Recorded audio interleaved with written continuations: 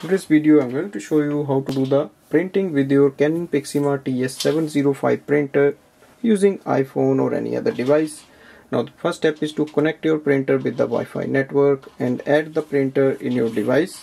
For example, I have an iPhone here, so simply open the Canon Print app and add the printer.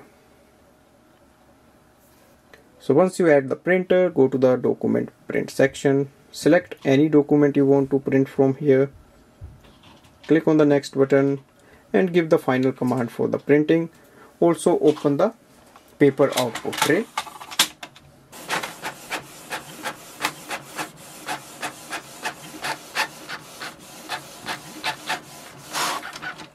Here we can see the printer has printed the sheet.